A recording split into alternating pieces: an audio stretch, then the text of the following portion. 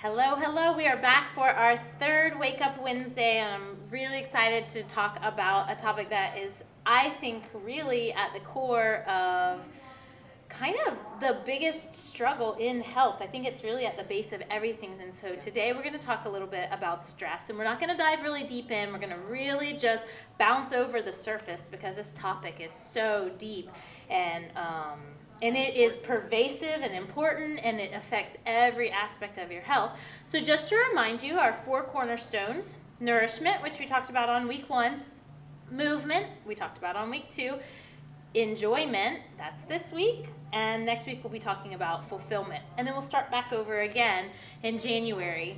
So today we have Gretchen here. Gretchen is one of my best friends. She's also our yoga instructor and graphic designer and general person that we bounce every idea off of and all sorts of things. But Gretchen has been in a very intensive study. She's on her 2nd year right now of her yoga teacher training, and so when she finishes, she'll have the 500 level. Okay, 500 level, and essentially that means it's a master's degree. I don't care what she says. It's a master's degree in yoga. And so that includes everything from the biomechanics and the body and the anatomy and the movements and the stretches and the things that we all think of, but it also includes that mindset aspect of it, and talking about how that is related to everything. So I'm so glad you could sit down and talk to me today. Absolutely. About stress, and you're no stranger to stress either. No. No, I'm not. None of us are any stranger to stress. So, stress is just like this. I tell people all the time, and I know it's so hard for people to understand that until you get stress under control, all the other pillars of your health can't happen. So stress affects nutrition, right? So like the cortisol drip, from the adrenals and the, craving for carbohydrates. It affects sleep. Can't sleep when you're stressed. So then if you can't sleep, then cortisol remains high throughout the day.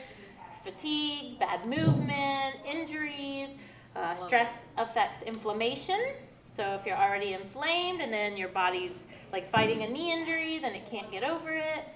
What else? Exercise, clearly it affects exercise. Yeah, and in the personal level, it affects your relationships. Relationships, yep. The environment within your home. Absolutely. All of those things are all affected by stress. But here's the thing that I don't get, and we've talked about this before, it is hard to get people to buy into stress. Like you can get people to buy into like a 30-day food challenge, or like 6 weeks of working out 4 times a week, or training for a marathon. Like you can get people to buy into all this stuff that almost adds stress to their life. It does, and I think it's just because we are so accustomed to living there, and we are actually, I think as a culture, we admire people that are kind of multitaskers, that can do it all. We admire stress. We admire stress. Yeah, no, you're right. I hadn't really thought about it like that, but like there's all these like, is it a meme? M-E-M-E, the things on Facebook. Yes. A meme. She says but yes. There's all those memes of superwoman, that can do it all. That can do it all and everything like that. But the reality is that like nobody can do it all, and that if you don't take a break, even if you appear to be superwomanish, there's something breaking down. Whether that's your health internally, your relationship, your body, like physically, injury, there's always something breaking down. It will catch you. It will catch you, and until you take the moment, whether it be, I don't know, you take a course and suddenly you are very attracted to the idea of let's try this out, and you do it, like, when you do an elimination diet, at the end of it all, your perspective changes so much. Like in elimination diet, at the end of it, it's like, oh my gosh, I was feeling terrible and I didn't realize. And I think it's the same thing. Until you take measures, to address the stress, you really have no idea that you were living in such high levels of stress. So you have no comparison. Right. No, I see what you're saying. So like people who come to us and they are like addicted to sugar, but they tell you, they're like, I eat pretty healthy, but then until they really like food journal and do all that and say, wow, I was really addicted to sugar, they just didn't even realize it. And it's the same with stress. Until you actively take steps to remove that from your life, I don't think you realize how stressed you are. No, we you have stressed out people. People ask me about like the demographic here. They ask me about like what kind of people work out here. You know, what's my biggest struggle as a gym owner? And I always tell people, we do not have an issue of lazy people. Like that's not like, people are not just like blowing off their workout or whatever. You know, they want to be healthy. They want to exercise regularly. They want to eat right. We have an issue with overscheduled, overstressed, you know, Oh, I can see that. overachieving people. And then that affects their ability to eat right or to show Yeah. up for their workouts or something like that. And the reality is the solution is generally removing something from their life, and that is hard. That is hard. That's It's hard to decide. Well, I mean, and it's hard. So many of the things they're doing are good. You know, they're sitting on boards, or they're going to chamber meet and greets, or they're, participating in a charity organization, or they're, training for a marathon, or they're, none of those things. I don't think anyone would look at that list of things and be like, well, that's bad, yeah. dummy. No, and then that's hard, and then it's hard for you to say, where do you cut something? Because then you're also running kids around and fixing dinner and, trying to be a wife or a husband that Yeah. is somewhat engaged in your relationship, because otherwise then that becomes stressful. And Yeah. so I think that is, how do you think they do that? How do they look at writing out all these commitments and things? How do people do, where do they come from? What are your thoughts on that? Like, how do they go through that process of what to take out? I personally, I have, one thing that has really helped me personally this year has been really doing, and it sounds terrible, but really doing less for my children, as far as. I don't think that sounds terrible. I Well, think that sounds wise. By the same I know. token, we are so caught up in, our children's lives should be the most important thing, and, they are. But by doing less for my children, the less you do for them, the more they have to do for themselves. And it's been a really great discovery that, and actually, to be totally honest. Was it the same thing where you didn't realize how much you were doing until you put your mind to doing less for them? Yeah. Well, not more. Let me rephrase that. I think it would be when I saw what my child was capable of doing on his own. Did I realize, I have been doing so much for him. Gotcha. So and to be totally fair, he was the one who started taking the steps to, I want to do this on my own. And then I really just went, so you are. I have a 2-year-old or almost 2-year-old, and he's trying to take this. It starts even at 2. Yeah. I do this by myself. Myself. And then starting at that age, you have to already kind of. Yeah, and it always refrain. comes from a place of love. Of You don't want them to get course, hurt. yeah. You want them to, but we overstep. We do, and we don't realize that. The less you do for your children, the more they do for themselves. And you that feel has like been- that has really. For me, it has. Been. For me, it has. Because I don't worry about him as much. The worry's always there as a parent. I don't think you ever stop worrying, but I am confident that he can do these things, and then I am not, like, mornings are a breeze now, because He can make breakfast? Oh, he makes breakfast every day. He packs his lunch. He can set an alarm clock? Not that he goes, Mom, can you help me out with lunch today? Oh, I'll be happy to, but it's not my job to do it. You didn't have to think of, I didn't have what to am I think going to of. pack, and will he like this, or won't he like this, or what Yeah. is he going to, it's, will you help me? Will Sure, you what help would me? you like? And he's making all the decisions. He even. is. Like this morning, he took his, like, Mom, what is there for, he just packs leftovers, and I'm like, there's not really anything prepared. But there's this, he's like, oh, a stir fry would be great. Can you help me with that? And I am more than happy to help him with that, Sure. but at the same time, it's not you have to do this, you have to do that. So that has helped tremendously. My mornings are pleasant. I tell you what, me and Betsy were just talking about this the other day. I think like the best stress reducer in my life is like when I woke up, if I just had a text message from someone that just told me what to cook for dinner. Like, I don't mind cooking dinner. I don't mind buying the groceries. But the The pressure to decision, decide, yeah. like Oh, to come yeah. up and be like, Yeah. am I being creative enough? Is my husband happy with my lack of creativity? Am I repeating the same? It's like so Why do we stupid. do these things? Why do we do these I just things? want, so if anyone wants to take on the responsibility of texting me every day what to cook for dinner, I will gladly prepare it. I'll make extras even, but that, I find that so stressful. But I want to tell you, like this year, for me, my stress change has been, it's been really hard one. You know, I'm very career driven. I love my job. I would work 7 days a week. I'd never think anything of it. And I did, you know, forever. I love work. I love to work. I love building this thing, this Haka thing. And then I had a kid. And like he really put a wrench in the whole plan. Like I couldn't do it anymore. And so then the biggest stress for me was this constant pull of, I really want to be a mom. Like I love him so much. I want to spend so much time with him. And we have made the personal choice not to leave him in the care of others, to take that responsibility for ourselves. That's something we really wanted to do. And ironically, you can't keep your child all day and care for him and also be at work all day. Like I mean, I couldn't do it. And it was this like constant, because I love both things so much. And so this year I cut back to just working the half days, you know, and it was hard, and it still is hard. I have to constantly pull myself out of work because I love it so much. But doing that, I realize this is such a short phase, you know, like it's not going to be long. It's not going to be long. It's not going to be long, and Haka will stand hopefully forever, and I'll have plenty of time to put into that. But that is what I did, and so that has affected us a lot of ways, though. Like there's been a financial effect from that. You know, there's been, there's just been but there's also been great effect. You know, like I get my kids so much, and I see so many things, and it's just really exciting. So it's good. You know, it's definitely to reduce that stress was a big sacrifice for us. It is. It is a big sacrifice, and so now Mark and I both basically work half days. We alternate, so it's a big financial commitment, and it's also, you know, sometimes you just kind of don't want to be in charge of your kid. Oh, absolutely. So sometimes it's very draining and exhausting, but and that's why it's wonderful when there are two parents available, because then you treat yeah, them. that was a really hard. We had to talk about it a lot. You know, it was hard for us to make that call.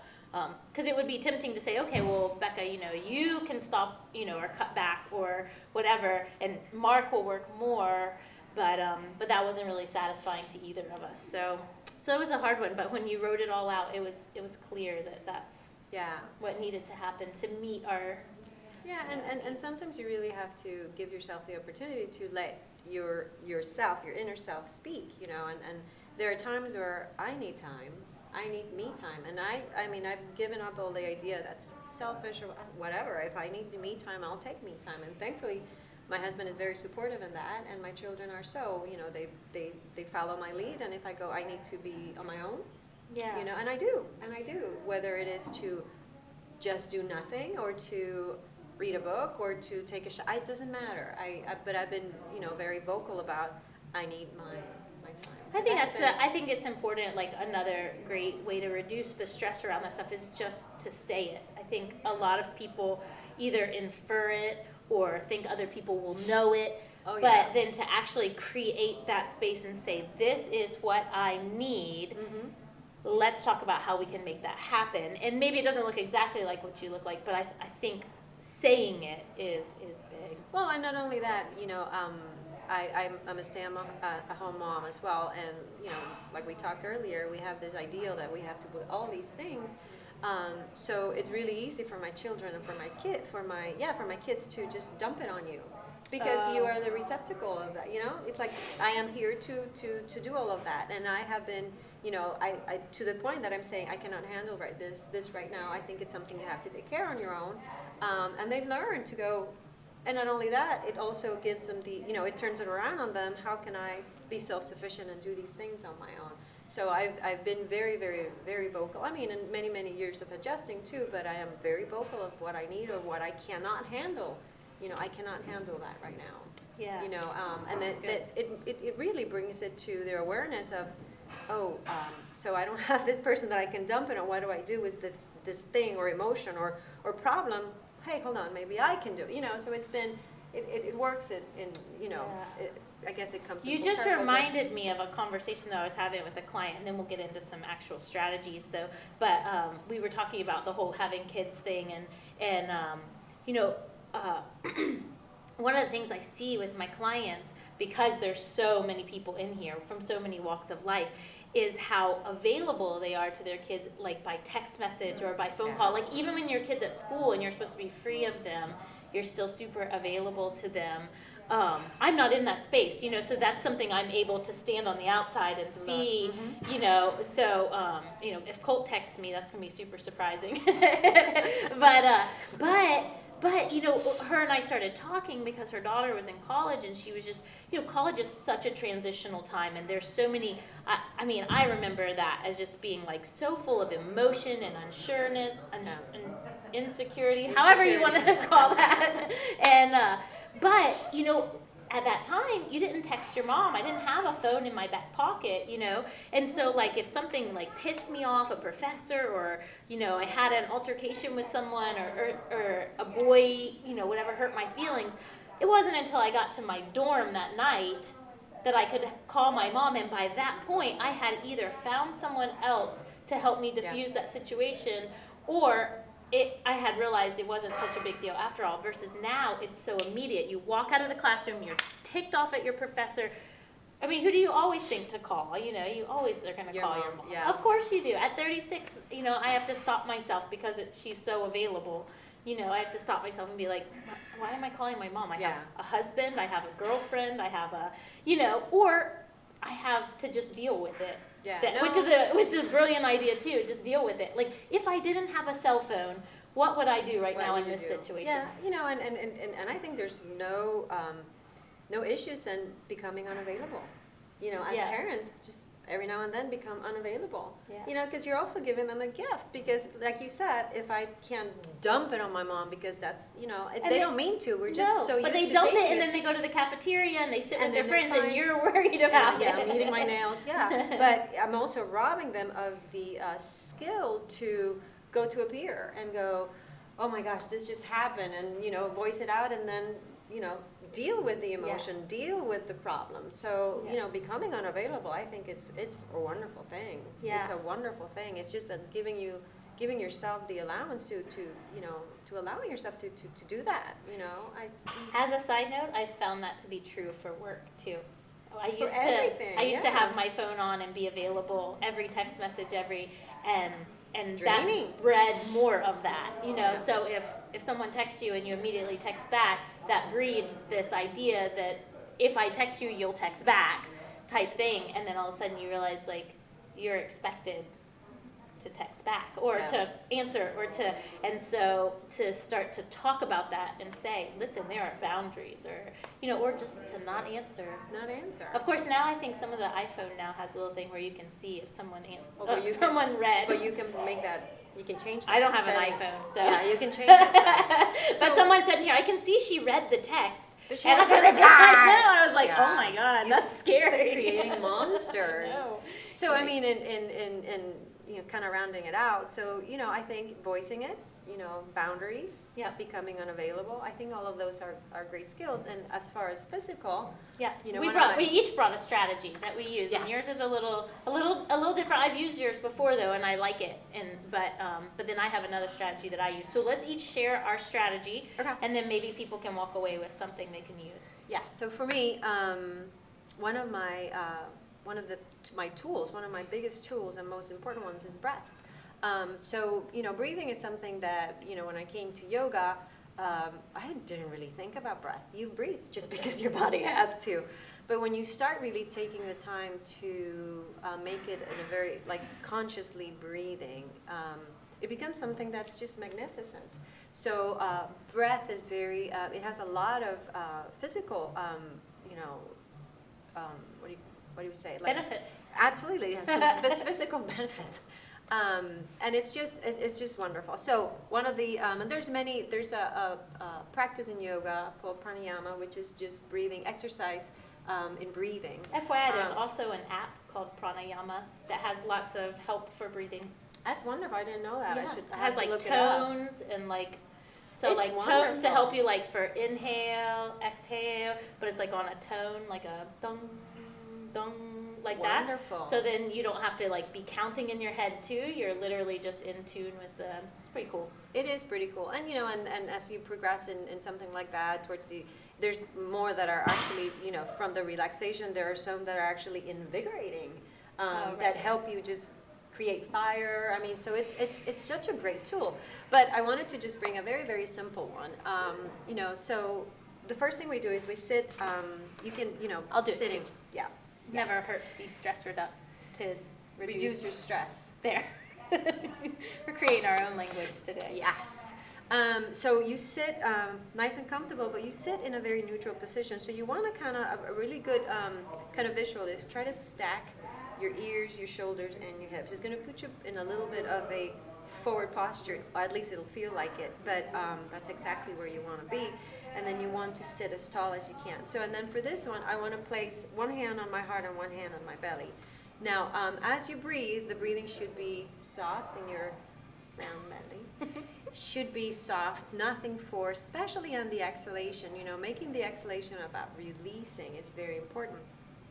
So you can keep your eyes open, you can keep them, you can close them. It's up to you. So as you sit tall and kind of just take a few seconds. Funny how just getting in position, you already kind of feel the like. Well, imagine, and physically, when you are aligned all those joints, the You're blood not working flow, as hard, yeah, and the blood. the yeah. blood flow, it's Makes just more sense. direct, So more direct because there's no impingement, there's no Right, versus you mean like exactly, this. exactly. So when we sit here, so just take a second to just come into your breath, and what I mean by that is just breathe, just gently, just kind of go inwards, try to quiet the mind, and just breathe softly through the nose, inhaling and exhaling. No effort, just lose all the effort. And while you do that, see if you can let go of your belly. Just let go of any tension in your belly. Completely relax it. Now, in your next inhalation, I want you to think of making the hand in your chest and the hand in your belly travel away from each other. That's going to make you take just a deeper inhale. And as you exhale, notice how they come back towards each other. So I'm talking about very, very small moves. But just pay attention to that. It'll give your mind something to think about rather than racing. And again, just see how as you inhale, the hands come away from each other. And as you exhale, again, they come towards each other. So just do these for just a few rounds. Now, after a few that you feel you have this, you have this complete breath that goes all the way down, keep your heart lifted and continue the breathing. You can let go of your hands, but I want you to keep your heart elevated. I also feel like, imagine there's a buoy, like it floats. And just continue that soft breathing. Again, paying particular attention to the exhalation. Just let it be. Just completely release the effort, no effort, and just let it be.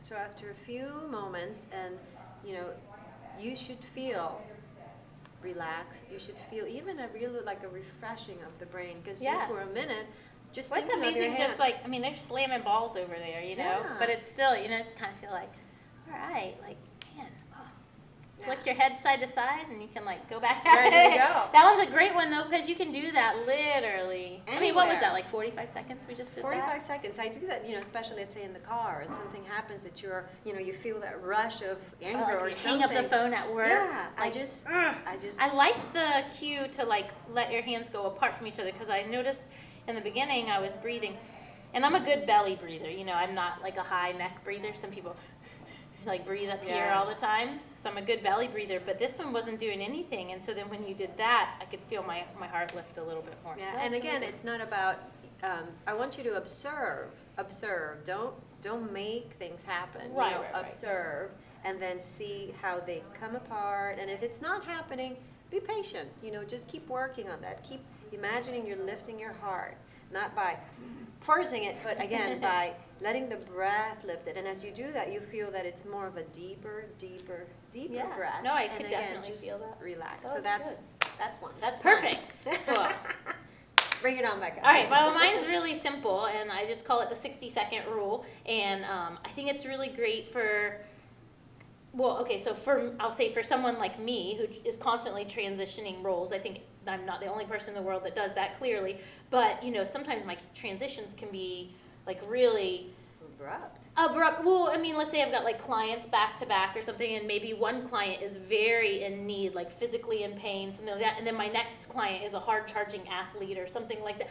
You know, I mean, that's like a big space to jump over, you know, and then like I leave here and I'm heading home, you know, and then all of a sudden I'm like a mom with a 2-year-old like attached to me. So those roles can just be really, and I think a lot of people experience that.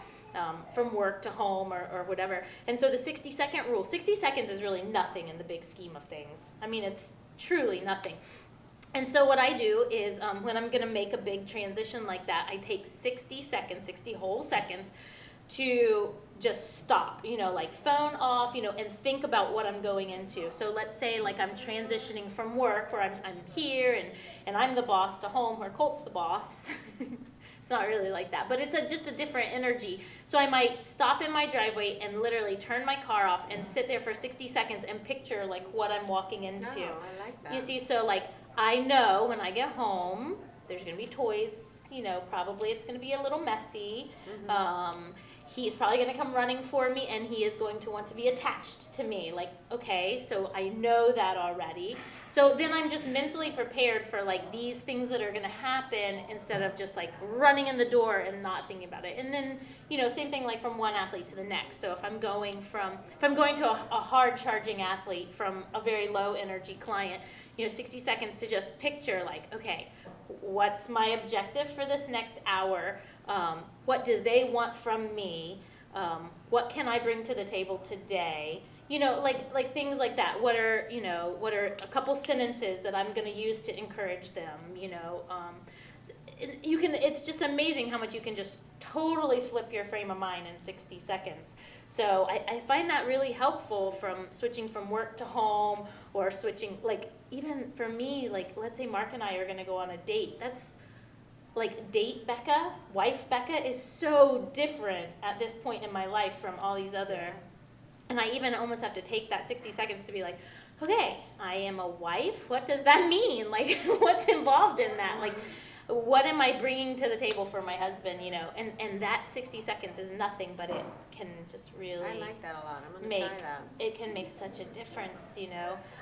But it also allows you the space to be all of those things that you want to be, you know? Yeah, but I mean, I just find like visualizing like, okay, what am I walking into? Who is this person walking in the door and what's going to greet me there makes so much difference because it's, I mean, the reality is there's very little unexpected in your life. I mean, right? I mean, you know. Yeah, but, you know, but I like it. Again, I like it. Yeah. It puts you in that energy, you know, lets you change into the energy of the next. You can speed yourself up or bring yourself down as needed. You know, but for some of that, bringing in the breathing would be really good. So if I'm going from high energy to low energy, you know, not that that's a low energy thing, but it, you know, if I'm like, you know, rushing home or like, you know, doing all those things. So I think it's a neutralizer. Neutralizer. Neutralizer. I like it. To then jump into the following thing. It's the baking soda to my acid. Or vinegar or something. All right, cool. So hopefully you guys were able to grab something out of that unintelligible speak where we couldn't even use English. But hopefully you had some great strategies there and you can utilize them. Please let us know if you use those strategies this week and if they work for you, and even let us know if they didn't, because then we will come back with more for you. Absolutely. And if you have more questions on the breathing, feel free. If you see me, just grab me. I'll be happy to. Yeah, Chat definitely. with you about that. Awesome. Thanks so much for joining us, and we'll see you next Wednesday.